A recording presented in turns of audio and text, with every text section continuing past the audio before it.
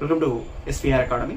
ఈ మాడ్యూల్లో మనం ఈఓ పేపర్ 2కి సంబంధించి చాప్టర్ 10లో ఇంపార్టెంట్ యాక్ట్ అయిన ఎండోమెంట్ యాక్ట్ 1987 గురించి మాట్లాడతాం. ఎండోమెంట్ అంటే ధర్మాదాయ శాఖ అని అర్థం. ధర్మాదాయ చట్టం 1987 సెక్షన్ 57 గురించి కాంప్రహెన్సివ్గా మనల్ని అడగటం జరిగింది. సెక్షన్ 57లో ఏముంటుందంటే ఇక్కడ ఎండోమెంట్ ఇన్స్టిట్యూషన్స్ యొక్క బడ్జెట్ గురించి, రిలీజియస్ ఇన్స్టిట్యూషన్స్ యొక్క బడ్జెట్ గురించి మాట్లాడుతుంది. బడ్జెట్ అంటే మనందరికీ తెలిసిన విషయమే. రెసిప్ట్స్ ఉంటాయి, ఆదాయం ఉంటుంది, దాంతోపాటు డిస్బర్స్మెంట్స్ ఆర్ ఎక్స్పెండిచర్ వ్యయం ఉంటుంది. ఆదాయ వ్యయాల పట్టికలనే మనం బడ్జెట్ అంటారు. అంటే ఒక దేవాలయం తీసుకున్నప్పుడు దానికి ఆదాయం ఎక్కడి నుంచి వస్తుంది, అందరికీ తెలిసినదే. ఇది వ్యయం ఎక్కడ అంటే ఎక్కడ ఎంత ఖర్చు పెట్టాలి అనేది ఈ సెక్షన్ 57లో చెప్పబడుతుంది.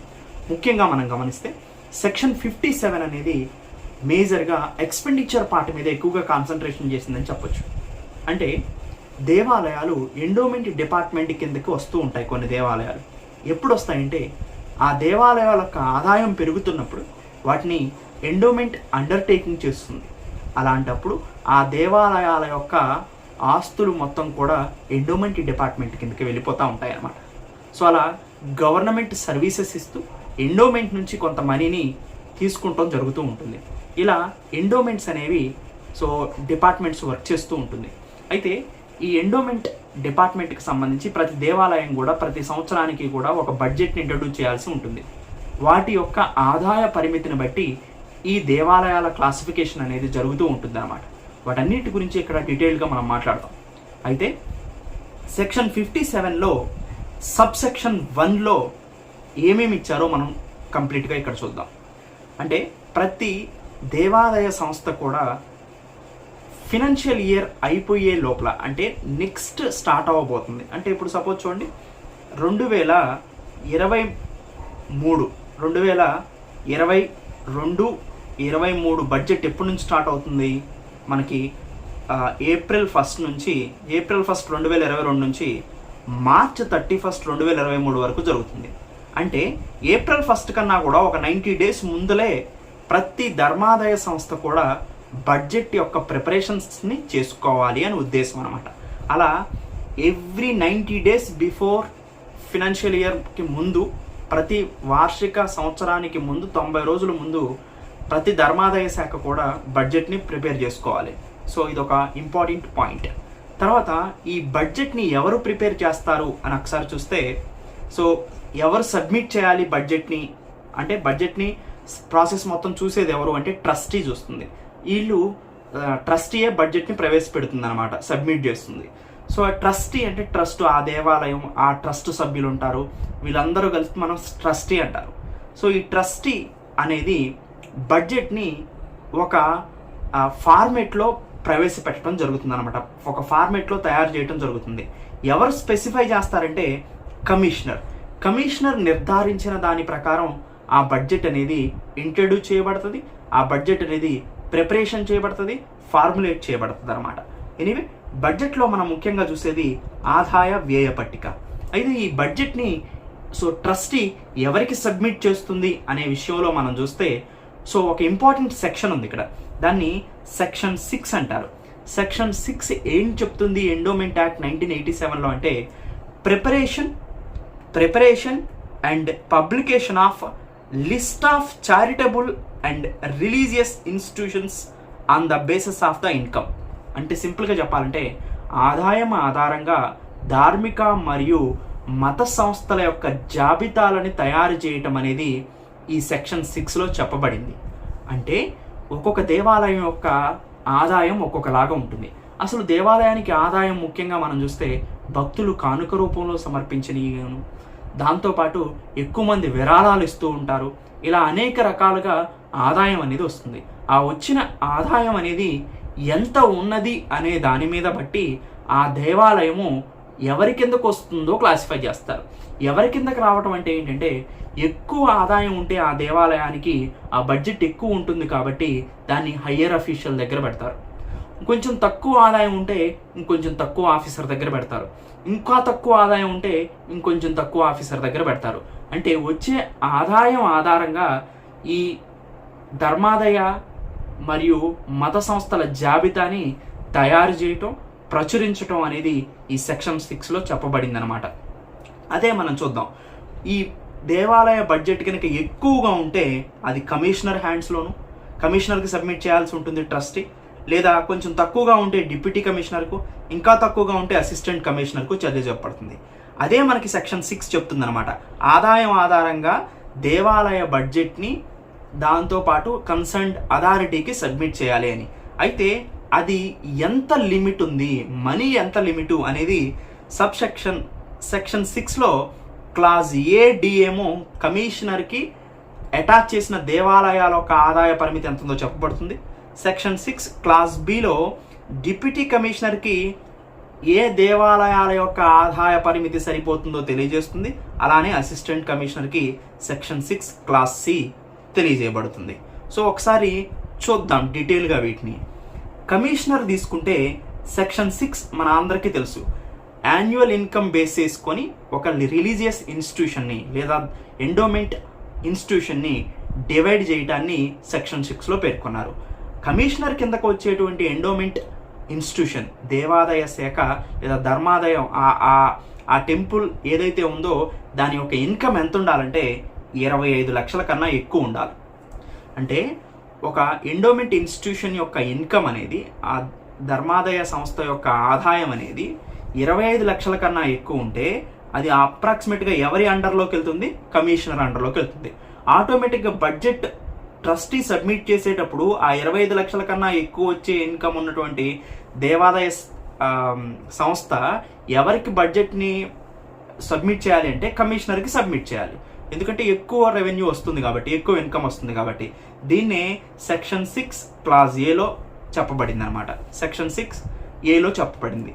సో తర్వాత ఇంకొక ఇంపార్టెంట్ సెక్షన్ ఉంది, దాన్ని సెక్షన్ 65 అంటారు.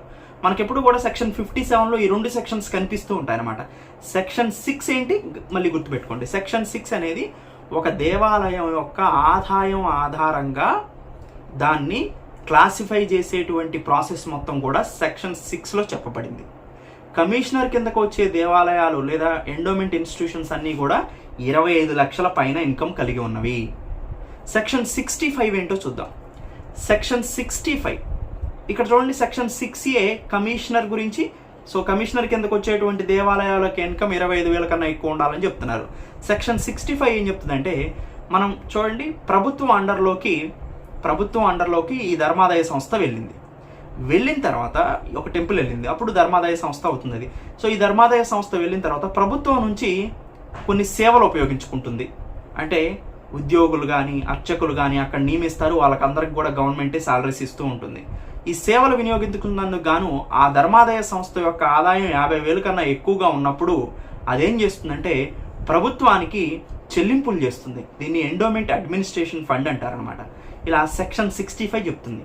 సింపుల్గా సెక్షన్ 65 ఏం చెప్తుందంటే, ప్రభుత్వం నుంచి ఆ ధర్మాదాయ సంస్థ సేవలు వినియోగించుకున్నందుకు గాను ధర్మాదాయ సంస్థ యొక్క ఆదాయం 50,000 కన్నా ఎక్కువగా ఉన్న ఈ ధర్మాదాయ సంస్థలన్నీ కూడా ప్రభుత్వానికి ఎంతో కొంత చెల్లించాల్సి ఉంటుందన్నమాట. అది సెక్షన్ 65 చెప్తుంది. So anyway, deputy commissioner section 6B చెప్తుంది. ఏం చెప్తుంది? 2 లక్షల కన్నా 2 లక్షలకి 25 లక్షలకి మధ్యలో కనుక ఆదాయం వచ్చేటువంటి ఎండోమెంట్ ఇన్స్టిట్యూషన్స్ ఏవైతే ఉన్నాయో, ధర్మాదాయ సంస్థల యొక్క ఆదాయం, సంవత్సర ఆదాయం 2 లక్షల నుంచి 25 లక్షలు వస్తూ ఉంటే అవన్నీ కూడా డిప్యూటీ కమిషనర్ పరిధిలో ఉంటాయి. సో అందుకనే బడ్జెట్ని కూడా ఈ డిప్యూటీ కమిషనర్కి సబ్మిట్ చేయాల్సి ఉంటుంది. తర్వాత assistant commissioner section 6 class C. Income అనేది 2 లక్షల కన్నా తక్కువగా ఉన్నటువంటి ఎండోమెంట్ ఇన్స్టిట్యూషన్స్ అన్నీ కూడా అసిస్టెంట్ కమిషనర్ అండర్లోకి వెళ్తాయి. సో బడ్జెట్ కూడా అసిస్టెంట్ కమిషనర్కి సబ్మిట్ చేయాల్సి ఉంటుందన్నమాట. సో ఇది ఫస్ట్ పాయింట్. మనం ఇప్పటివరకు మాట్లాడుకున్నది ఏంటి?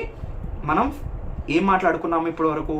ఎండోమెంట్ యాక్ట్ 1987, దీంట్లో సెక్షన్ 57, దీంట్లో సబ్ సెక్షన్ 1 గురించి ఇప్పుడు మనం మాట్లాడుకోవటం జరిగింది. Next sub section 2. Sub section 2లో క్లాస్ ఏ గురించి మాట్లాడుకుందాం. ఇప్పుడు సబ్సెక్షన్ 1లో గురించి మాట్లాడుకున్నాం, ఇప్పుడు సబ్సెక్షన్ 2. సెక్షన్ 57లో ఇంకొక సెక్షన్ 1 గురించి మాట్లాడుకున్నాం కాబట్టి సబ్సెక్షన్ 1 గురించి మాట్లాడుకున్నాం. ఇప్పుడు సెక్షన్ 57లో సబ్సెక్షన్ 2 గురించి మాట్లాడుకుందాం.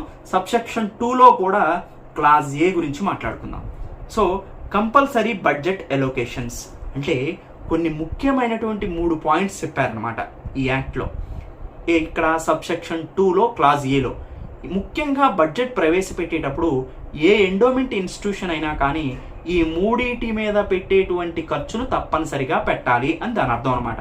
ఈ మూడింటికి పెట్టిన తర్వాత మాత్రమే మిగతా ఖర్చుల మీద పెట్టాలి. ఇది ముఖ్యంగా మనం అర్థం చేసుకోవాల్సింది. మనందరికీ తెలుసు బడ్జెట్ అంటే ఇన్కమ్, అంటే ధర్మాదాయ సంస్థ యొక్క ఆదాయం, ఎండోమెంట్ ఆఫీస్ యొక్క ఇన్కము, తర్వాత ధర్మాదాయ సంస్థ యొక్క వ్యయం, ఎండోమెంట్ ఇన్స్టిట్యూషన్ యొక్క వ్యయం. వ్యయం గురించే సెక్షన్ 57 బాగా మాట్లాడింది కాబట్టి ఈ వ్యయంలో ఎక్స్పెండిచర్ పెట్టే ఖర్చు, ఆదాయం వచ్చింది, 1 లక్ష రూపాయలు ఆదాయం వచ్చింది, ఖర్చు కూడా 1 లక్ష రూపాయలు పెడుతుంది. ఈ 1 లక్ష రూపాయలు ఎక్కడెక్కడ పెట్టాలో సెక్షన్ 57 చెప్పింది. అదే ఎక్స్పెండిచర్ పార్ట్. ముఖ్యంగా మోస్ట్ ఇంపార్టెంట్ ఈ 3 ఏవైతే ఉన్నాయో 1 అంటే section 57, section 57, subsection 2, subsection 2, clause A. Clause ఏలో first point, second point, third point. So ఇది మీరు క్లారిటీగా ఉంటేనే మీకు మర్చిపోకుండా కన్ఫ్యూజన్ లేకోకుండా ఉంటుంది. 2-3 సార్లు చూస్తే మీకు ఈజీగా అర్థమవుతుంది అనమాట. సో ఫస్ట్ ఈ 3 కండిషన్స్కి మాత్రం కన్ఫామ్గా బడ్జెట్ అలొకేషన్స్ ఉండాలన్నమాట. అది దాని అర్థం. సో ఈ మూడింటికి పెట్టిన తర్వాత మిగతా వాటి మీద పెట్టాలి. ఇప్పుడు టెంపుల్ యొక్క నిర్వహణ, ప్రసాద విక్రయాలు, ప్రసాదానికి సంబంధించినటువంటి ఖర్చు, శాలరీసు, ఆ టెంపుల్ యొక్క salaries, religious and secular establishment అంటే అక్కడ ఆ దేవాలయ ఆవరణం లేదా ఆ ఎండోమెంట్ ఇన్స్టిట్యూషన్స్ యొక్క ప్రాముఖ్యత ముఖ్యంగా ఏంటంటే రిలీజియస్ అంటే ఎక్కువగా మతపరమైనటువంటి కార్యక్రమాలకి ఖర్చు అవుతుంది కదా. ఆ ఖర్చు మొత్తం వీటికి ముఖ్యంగా ఇప్పుడు నేను పేర్కొన్నటువంటి దేవాలయ నిర్వహణ, ప్రసాదానికి సంబంధించిన కార్యక్రమాలకు పెట్టే ఖర్చు, శాలరీస్ కానీ, తర్వాత రిలీజియస్ అండ్ సెక్యులర్ ఎస్టాబ్లిష్మెంట్స్ కానీ ఉన్న మొత్తం వ్యయంలో 30% కన్నా కూడా మించకోకుండా less than 30% of annual income invest చేయాలన్నమాట. అంటే సపోజ్ మనం తీసుకుందాం, వ్యయం 100 రూపాయలు ఖర్చు పెట్టాలనుకుంది ఒక ఎండోమెంట్ ఇన్స్టిట్యూషన్.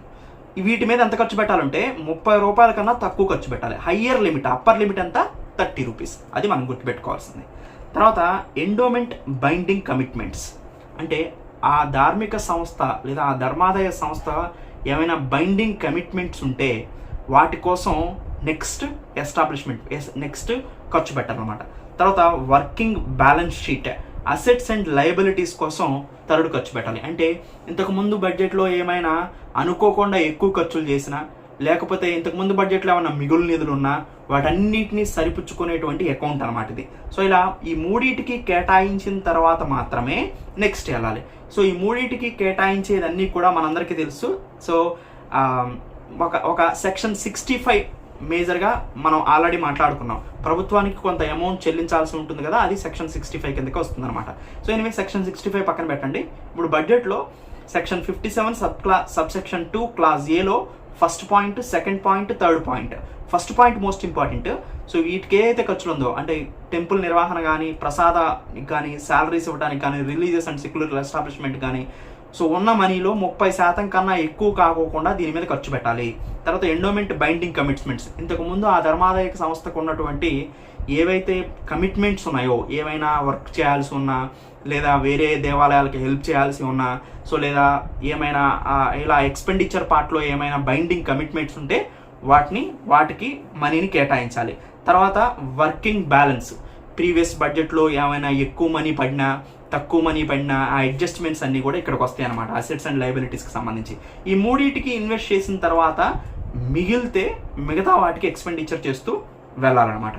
సో అవేంటో కూడా చూద్దాం ఒకసారి. తర్వాత అక్కడ మనం ఇక్కడ వేటి గురించి మాట్లాడాం పూర్తిగా. ఇక్కడ సో సబ్సెక్షన్ 2 గురించి కూడా మనం మాట్లాడటం జరిగింది. సబ్సెక్షన్ 2లో 1, 2, 3 పాయింట్స్. క్లాస్ ఏలో 1, 2, 3 మాట్లాడాం. క్లాస్ ఏలో ఇక్కడ సబ్సెక్షన్ 57 క్లియర్గా రాస్తున్నాను చూడండి. సబ్సెక్షన్ 2, తర్వాత క్లాజ్ ఏలో 1 2 3 4 3 పాయింట్స్ మాట్లాడాం కదా కన్ఫామ్గా ఎలోకేట్ చేయాలని. ఇది 4th పాయింట్. క్లాజ్ ఏలో 4th పాయింట్. ఈ 4th పాయింట్ ఏం చెప్తుందంటే భక్తులు ఎవరైతే ఉన్నారో, డిసేబుల్స్ ఎవరైతే ఉన్నారో వీళ్ళ యొక్క సెక్యూరిటీ అనేది మోస్ట్ ఇంపార్టెంట్. సపోజ్ ఇప్పుడు శివరాత్రి వస్తుంది, సో ఏదైనా కార్యక్రమాలు జరుగుతూ ఉంటాయి, మతపరమైన కార్యక్రమాలు జరుగుతూ ఉంటాయి, కళ్యాణం జరుగుతూ ఉంటుంది, వీటన్నిటికీ కూడా భక్తులు వస్తారు. వచ్చిన వాళ్ళకి సౌకర్యాలు ఏర్పాటు చేయాలి, వాళ్ళ యొక్క హెల్త్, అక్కడే ఒక డాక్టర్ క్యాంప్స్ పెట్టాలి, వాళ్ళ యొక్క రక్షణ అనేది మోస్ట్ ఇంపార్టెంట్, సేఫ్టీ, కన్వీనియన్స్గా ఉండాలి, వాళ్ళకి టాయిలెట్స్ కానీ లేకపోతే ఇవన్నీ కూడా అన్నీ పర్ఫెక్ట్గా ఉండాలన్నమాట. సో వీటన్నిటికీ ఏర్పాట్లు చేయాలి, వీటికి కూడా బడ్జెట్లో నుంచి కేటాయింపులు ఇవ్వాలన్నమాట. కానీ ఇక్కడ ఒక కండిషన్ ఏంటంటే చిన్న చిన్న దేవాలయాలు ఇవ్వలేవు. సో ఎండోమెంట్ యొక్క యాన్యువల్ ఇన్కము 20,000 కన్నా కూడా ఎక్కువ ఉన్న దేవాలయాలు సో 3 పాయింట్లకి కనుక మనీ పెట్టిన తర్వాత, అంటే ఫస్ట్ 3 మనీ పెట్టిన తర్వాత ఇంకా మిగిలితే అప్పుడు దీని మీద ఖర్చులు పెట్టవచ్చు అనమాట. సో దీని మీద పెట్టే ఖర్చు కూడా ఎలా ఉండాలంటే మిగిలిన మనీలో 40% కన్నా కూడా తక్కువ కాకుండా ఖర్చు పెట్టాలి. అంటే సింపుల్గా ఒకసారి ఇక్కడ ఎగ్జాంపుల్ చూద్దాం. మొత్తం ఒక దేవాలయం ఉంది, ఇది ఒక శివ టెంపుల్, అవునండి. సో దీనికి ఒక ట్రస్టీ ఉంది, దీని యొక్క ఇన్కమ్ 20,000 కన్నా కూడా ఎక్కువే ఉంది యాన్యువల్ ఇన్కమ్ అనుకుందాం. సపోజ్ చూడండి, ఈ శివ టెంపుల్ యొక్క ఆదాయం 100 రూపాయలు వస్తుంది, ఖర్చు కూడా 100 రూపాయలు పెట్టాలి, అదే కదా బడ్జెట్ అంటే. వ్యయం 100 రూపాయలు. ఈ వ్యయం చేసేటప్పుడు 100 రూపాయలు మనం ఇందాక మాట్లాడుకున్నటువంటి first point, second point, third point. So ఈ ఫస్ట్, సెకండ్, థర్డ్ పాయింట్స్ ఏంటి? ఈ first point, second point, third point, వీటికి మనీ కేటాయించాలి కదా. ఫస్ట్ పాయింట్కి మనీ కేటాయించేటప్పుడు 30% కన్నా కూడా ఎక్కువగా కాకుండా చూసుకోవాలి. సపోజ్ నేను ఫస్ట్ పాయింట్ 30% కేటాయించాను అనుకోండి, 100లో 30 రూపాయలు ఫస్ట్ పాయింట్కి పోయింది. సెకండ్ పాయింట్ ఏంటి? ఇక్కడ ఎండోమెంట్ బైండింగ్ కమిట్మెంట్స్, ఏదో కమిట్మెంట్స్ ఉన్నాయి ఆ సంస్థకి, దానికి 10 రూపాయలు కేటాయించాను. ఇంకొకటి లాస్ట్ది ఏంటి? సో వర్కింగ్ బ్యాలెన్స్ షీట్స్కి సంబంధించి ఇంకొక 10 రూపాయలు నేను కేటాయించాను. మొత్తం ఇక్కడ 50 రూపాయలు కేటాయించాను. నాకు 100లో 50 రూపాయలు పోతే ఎంత మిగిలింది? బ్యాలెన్స్ 50 రూపాయలు మిగిలింది. సో ఈ 50 రూపాయలు మిగిలితే 50లో ఇప్పుడు నేను ఇంకా 50 మిగిలింది కదా, అంటే ఫస్ట్ 3 పాయింట్లు పోగా 20,000 కన్నా ఇన్కమ్ ఎక్కువగానే ఉంది ఈ సంస్థకి. ఫస్ట్ 3 పాయింట్లు కేటాయించగా ఇంకా డబ్బులు మిగిలినాయి నాకు 50 రూపాయలు. ఇప్పుడు నేనేం చేయాలంటే ఈ 4th పాయింట్కి రావాలి. సపోజ్ భక్తుల యొక్క సెక్యూరిటీ, హెల్త్, సేఫ్టీ, కన్వీనియన్స్ కోసం 40% తక్కువ కాకుండా మనీని ఇన్వెస్ట్ చేయాలి. అంటే 50లో నుంచి 40% నేను ఈ 4th పాయింట్ కోసం కేటాయించాలన్నమాట. అంటే 20 రూపీస్ కేటాయిస్తా. అంటే ఇప్పుడు మొత్తం ఎంత అయింది నాకు ఖర్చు? 70 రూపాయలు అయిపోయింది. 100లో 70 రూపాయలు అయిపోయింది 4th పాయింట్ వరకు. నెక్స్ట్ ఇంకొకటి, సో ఇది 5th పాయింట్ అండి. ఇది 5th ఏంటి? సెక్షన్ 57 సబ్సెక్షన్ 2 తర్వాత క్లాజ్ ఏలో 5th point. So contribution to the reserve ఫండ్కి 10% ఉంచాలంటండి. రిజర్వ్ ఫండ్ ఎందుకైనా ఎప్పుడైనా ఉంచుతారు. ఎలా ఉంచుతారంటే మనకి బడ్జెట్లో, నార్మల్ బడ్జెట్లో కూడా రిజర్వ్ ఫండ్ ఏంటంటే అన్ఎక్స్పెక్టెడ్ ఎక్స్పెన్సివ్స్, అంటే మనకు తెలియకోకుండా కొన్ని అనుకోని కారణాల వల్ల ఎక్కువ ఖర్చు అవుతుంది. అలాంటప్పుడు రిజర్వ్ ఫండ్ ఉండాలన్నమాట. అలానే ఎండోమెంట్ ఇన్స్టిట్యూషన్స్ కూడా అన్ని ఖర్చులు పోగా వేరే ఏమైనా అనుకోకుండా వచ్చే ఖర్చులకి 10% ఎక్కువగా రిజర్వ్ ఫండ్ని దాచుంచాలి. సో అలా రిజర్వ్ ఫండ్ని ఉంచుతారు. ఎప్పుడు? ఈ 4th పాయింట్కి కూడా కేటాయించిన తర్వాత మనీ ఇంకా మిగిలితే అప్పుడు రిజర్వ్ ఫండ్ కోసం ఉంచుతారు. రిజర్వ్ ఫండ్ కోసం సో 10% ఉంచాలి. అంటే ఇప్పుడు సపోజ్ నేను 4th పాయింట్ వరకు 100 రూపాయల్లో నాకు 4th పాయింట్ వరకు వచ్చేసరికి ఎంత మిగిలినాయి? 70 రూపాయలు ఖర్చు అయిపోయినాయి. ఇంకెంత మిగిలినాయి? 30 రూపాయలు కన్నా మిగిలినాయి. 30 రూపాయల్లో రిజర్వ్ ఫండ్ 10% ఉంచితే 3 రూపాయలు ఉన్నట్టు అని అర్థం అనమాట. అంటే ఇప్పుడు మొత్తం ఎంత ఖర్చు అయినది? 73 రూపాయలు ఖర్చు అయినాయి. మొత్తం ఇంకా నా దగ్గర ఎంత బ్యాలెన్స్ ఉంది? 27 రూపాయలు బ్యాలెన్స్ ఉంది 5వ పాయింట్ వరకు. నెక్స్ట్ 6th పాయింట్ చూద్దాం. Improvement, construction, repair, renovation. Improvement, construction, repair, innovation of building. Suppose ఆ దేవాలయాన్ని అభివృద్ధి పరచడానికి కావలసినటువంటి భవన నిర్మాణ కార్యక్రమాలు, ఇలాంటి కార్యక్రమాలకి మిగిలిన మనీని ఉపయోగించుకోవచ్చు అనమాట. సో అయితే యాన్యువల్ ఇన్కమ్ అనేది ఇలాంటి ఈ 6th పాయింట్ని భవన నిర్మాణం కానీ ఆ దేవాలయాల యొక్క భవన నిర్మాణ కార్యక్రమాలు చేపట్టాలంటే ఆ ఆదాయం ఎంత ఉండాలి?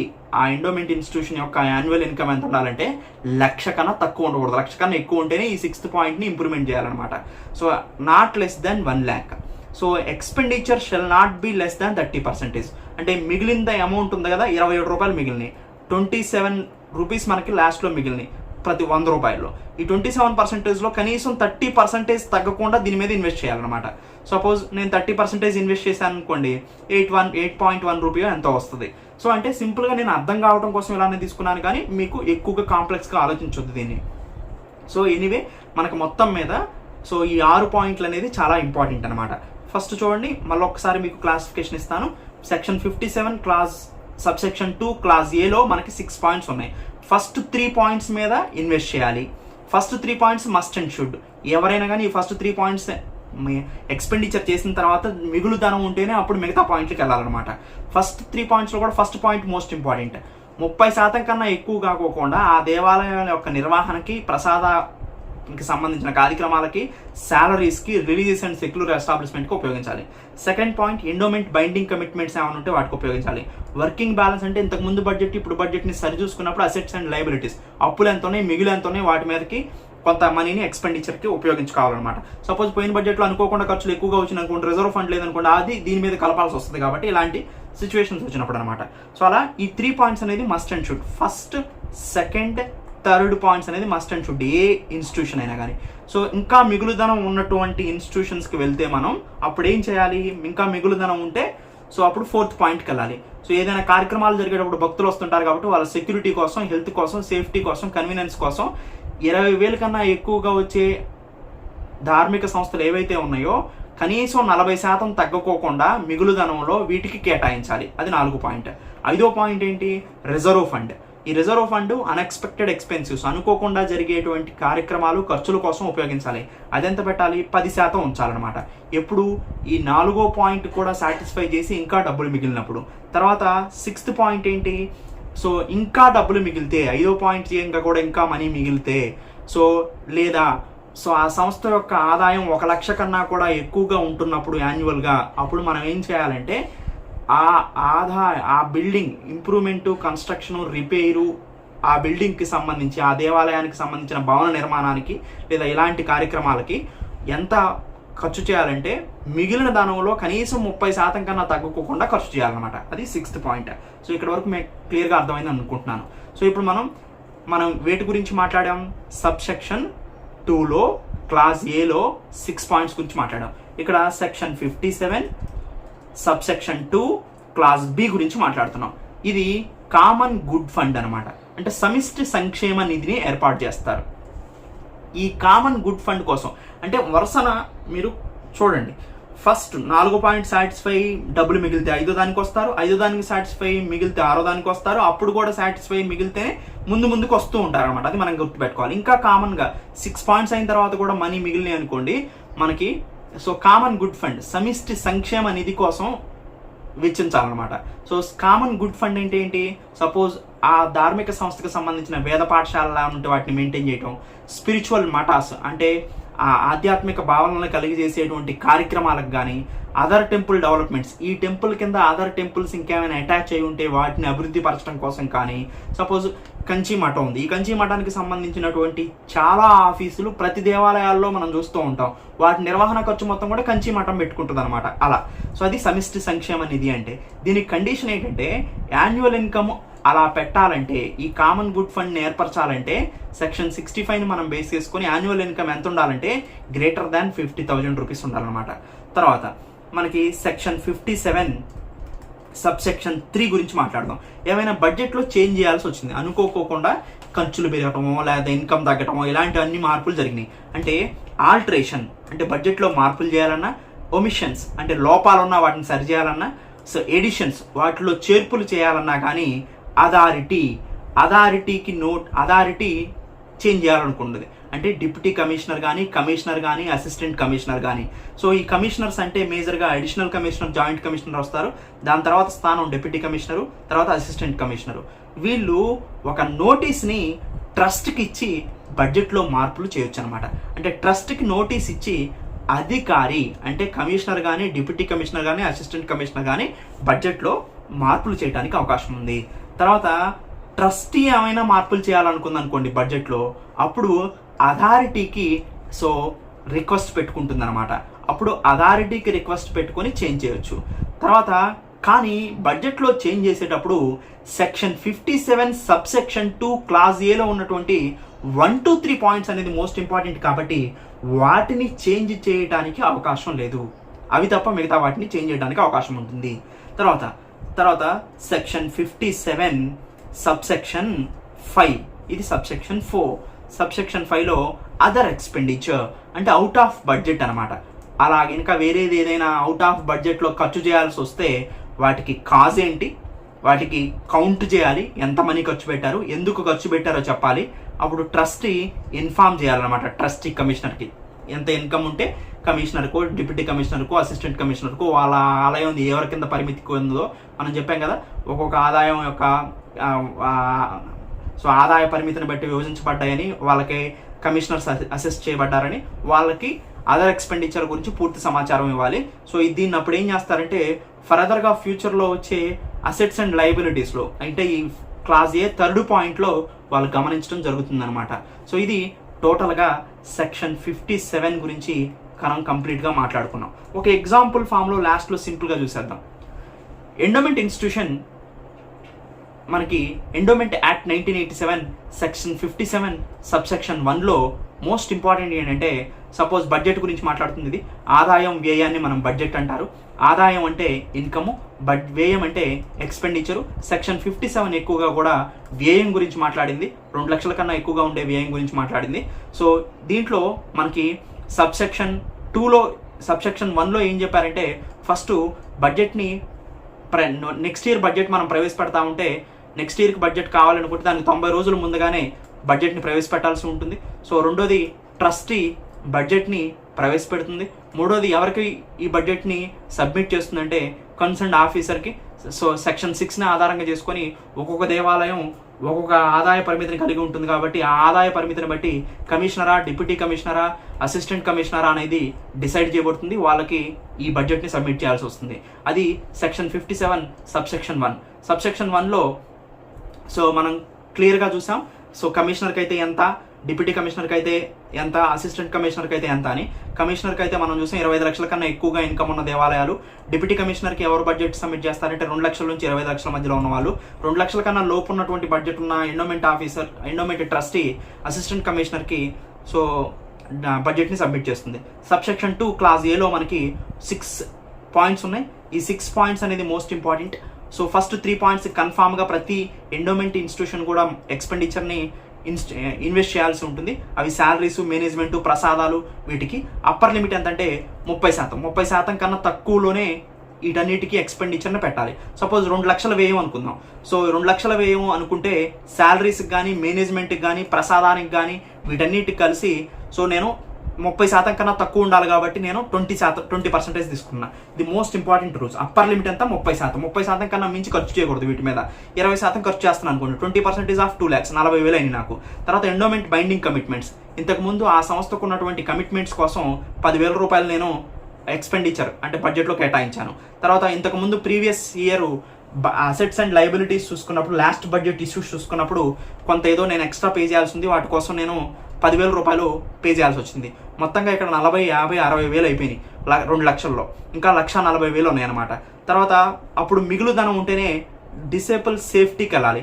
సో అంటే భక్తుల యొక్క రక్షణ కోసం ఏమైనా కార్యక్రమాలు జరిగినప్పుడు సో వాళ్ళకి ఎంత దీని మీద కేటాయించోటంటే మినిమం లిమిట్ 40%. సో అంటే 40% కన్నా ఎక్కువ మాత్రమే వీటి మీద కేటాయించాలన్నమాట. అప్పుడు ఆ ఎండోమెంట్ ఇన్స్టిట్యూషన్ యొక్క ఆదాయం దాదాపుగా 20,000 కన్నా ఎక్కువ ఉన్నాయే ఈ 4వ పాయింట్కి వర్తిస్తాయి. సో అయితే 40% ఆఫ్ 1.4 lakh అంటే దాదాపుగా 56,000 కేటాయించడం జరిగిందనమాట. తర్వాత ఇంకా ధనం మిగిలితే రిజర్వ్ ఫండ్కి వెళ్తాం, 10% కేటాయించాలి. సో ఇక్కడ మనకి మొత్తంగా పోతే 2 లక్షల్లో ఇక్కడ వరకు 40,000 ఎక్కడ పోయింది, 50, 60,000, 60,000, 56,000 పోతే ఇంకా నాకు ఎంత మిగిలిందంటే 84,000 మిగిలింది. 84,000లో రిజర్వ్ ఫండ్ 10% ఉంచాలి కాబట్టి 10% పోతే 8,400 పోయింది. 8,400 పోతే మొత్తం మీద ఇంకా నాకు మిగిలింది ఎంతంటే 75,600. 75,600ని 6th point building construction. So అంటే దేవాలయం యొక్క అదనపు భవన నిర్మాణ కార్యక్రమాలు కానీ అలాంటివి కానీ చేయొచ్చు. 6th point. దీనికి మినిమం లిమిట్ 30% కన్నా ఎక్కువ మాత్రమే డబ్బులు ఉంచాలి, మినిమం 30% కన్నా తక్కువ కాకుండా చూసుకోవాలి. అప్పుడు ఆ దేవాలయ సంస్థ 6th పాయింట్ని అప్రూవ్ చేయాలంటే 1,00,000 కన్నా ఎక్కువ ఇన్కమ్ వస్తూ ఉండాలన్నమాట. సో అప్పుడు 30% నేను ఇన్వెస్ట్ చేస్తాను అనుకోండి, 30% ఆఫ్ 75,600, 22,680. సో ఇలా మనం బడ్జెట్ని జస్ట్ ఒక మీకు ఒక ఐడియా కోసం చూపిస్తున్నానే కానీ ఎగ్జాక్ట్గా ఎంత ఉంటుందా అంత ఉంటుందా అని కాదు. సో మీకు ఒక ఐడియా వస్తుంది ఇలా చూపించినప్పుడు. తర్వాత ఇంకా నాకు 52,960 రూపాయలు మిగిలింది. సో అప్పుడు నేను సబ్సెక్షన్ 2 క్లాస్ బికి వెళ్తున్నాను, కామన్ గుడ్ ఫండ్ కింద. సో కామన్ గుడ్ ఫండ్ కింద కేటాయించాలంటే 50,000 కన్నా ఎక్కువగా ఇన్స్టిట్యూషన్ యాన్యువల్ ఇన్కమ్ ఉండాలి. సపోజ్ నేను కేటాయించాను అనుకోండి. తర్వాత సబ్సెక్షన్ 3 and 4 బడ్జెట్ చేంజెస్ గురించి చెప్తుంది. సబ్సెక్షన్ 3 ఏమో అథారిటీ చేంజ్ చేయాలంటే, సబ్సెక్షన్ 4 ఏమో ట్రస్టీ చేంజ్ చేయాలంటే, తర్వాత subsection 5 out of budget expenditure గురించి మాట్లాడతాను అనమాట. సో ఇది ఒక ఓవరాల్ మెస్ ఇచ్చాను నేను ఇక్కడ. సో ఇక్కడతో మనకి ఈ 10th చాప్టర్లో మోస్ట్ ఇంపార్టెంట్ అయినటువంటి section 57 endowment act 1987 completed. Thank you, have a nice day. చేయాలో ఇప్పుడు చూద్దాం. ముందు ఫోన్లో కానీ లేదా ల్యాప్టాప్లో కానీ మీరు ఏ డివైస్ ఉంటే ఆ డివైస్లో www.swracademy.in అని ప్రెస్ చేయండి. దీన్ని మీకు కింద డిస్క్రిప్షన్లో కూడా ఇవ్వడం జరుగుతుంది. ఇలా మీకు swracademy.in టైప్ చేస్తే ఇలా మీకు SVR అకాడమీ వెబ్సైట్ ఓపెన్ అవుతుంది. దీంట్లో లాగిన్, రిజిస్టర్ అని 2 పేర్లు ఉన్నాయి. ఆల్రెడీ SVR అకాడమీ యూజర్ అయ్యి మీరు ఉంటే కొత్తగా కోర్సుని పర్చేజ్ చేయాలనుకుంటే ఆల్రెడీ లాగిన్లోకి వెళ్ళిపోయి మీరు కోర్సుని పర్చేజ్ చేయొచ్చు. లేదు కొత్తగా మీరు SVR అకాడమీలో కనుక ఇంతవరకు లాగిన్ కాకపోతే కొత్త వాళ్ళు అయితే మీరు రిజిస్టర్ని ప్రెస్ చేయండి. రిజిస్టర్ని ప్రెస్ చేసిన తర్వాత మీ పేరు అడుగుతుంది, మీ పేరుని ఎంటర్ చేయండి. మీ మొబైల్ నెంబర్ అడుగుతుంది, మీ మొబైల్ నెంబర్ని ఎంటర్ చేయండి. మీ మొబైల్ నెంబర్ ఎంటర్ చేసిన తర్వాత మీ మెయిల్ ఐడి అడుగుతుంది, మీ మెయిల్ ఐడిని ఎంటర్ చేయండి. మీ మెయిల్ ఐడిని ఎంటర్ చేస్తారు. మీ మెయిల్ ఐడిని ఎంటర్ చేసిన తర్వాత మీ పాస్వర్డ్ అడుగుతుంది, ఏదైనా ఒక పాస్వర్డ్ పెట్టుకోండి మీరు.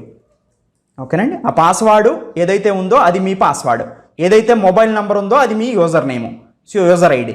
మీరు ఏ కోర్సు పర్చేజ్ చేద్దాం అనుకుంటున్నారు? ఇక్కడ 2 కోర్సులు మనం ఇప్పుడు ప్రస్తుతం ఉన్నాయి.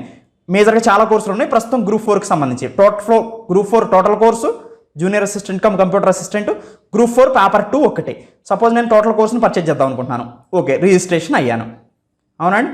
ఇలా రిజిస్ట్రేషన్ అవ్వగానే మనకి మెయిల్ మనకు వెళ్తుంది, దాంతో పని లేదు. ఇక్కడ SVR యూజర్. ఇప్పుడు నేను ఏదైతే ఇచ్చానో ఫోన్ నెంబరు దాన్ని ఎంటర్ చేస్తాను.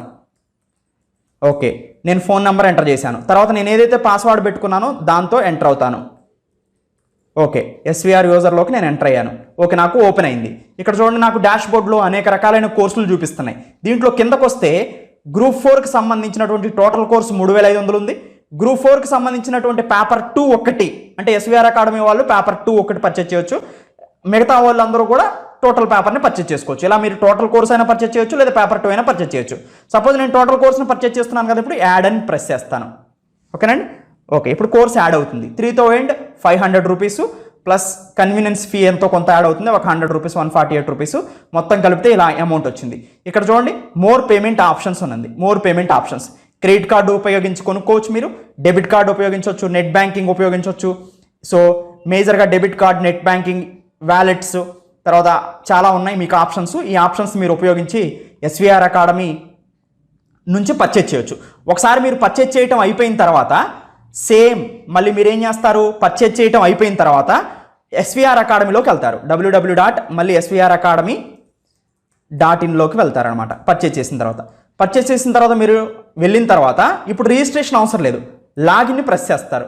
లాగిన్ని ప్రెస్ చేసి సో మీరు యూజర్ నేమ్ ఏమో మీ మొబైల్ నెంబరు, పాస్వర్డ్ మీరు ఏదైతే పెట్టుకున్నారో మీరు అది. తర్వాత మీరు వీడియోలోకి వెళ్తారు.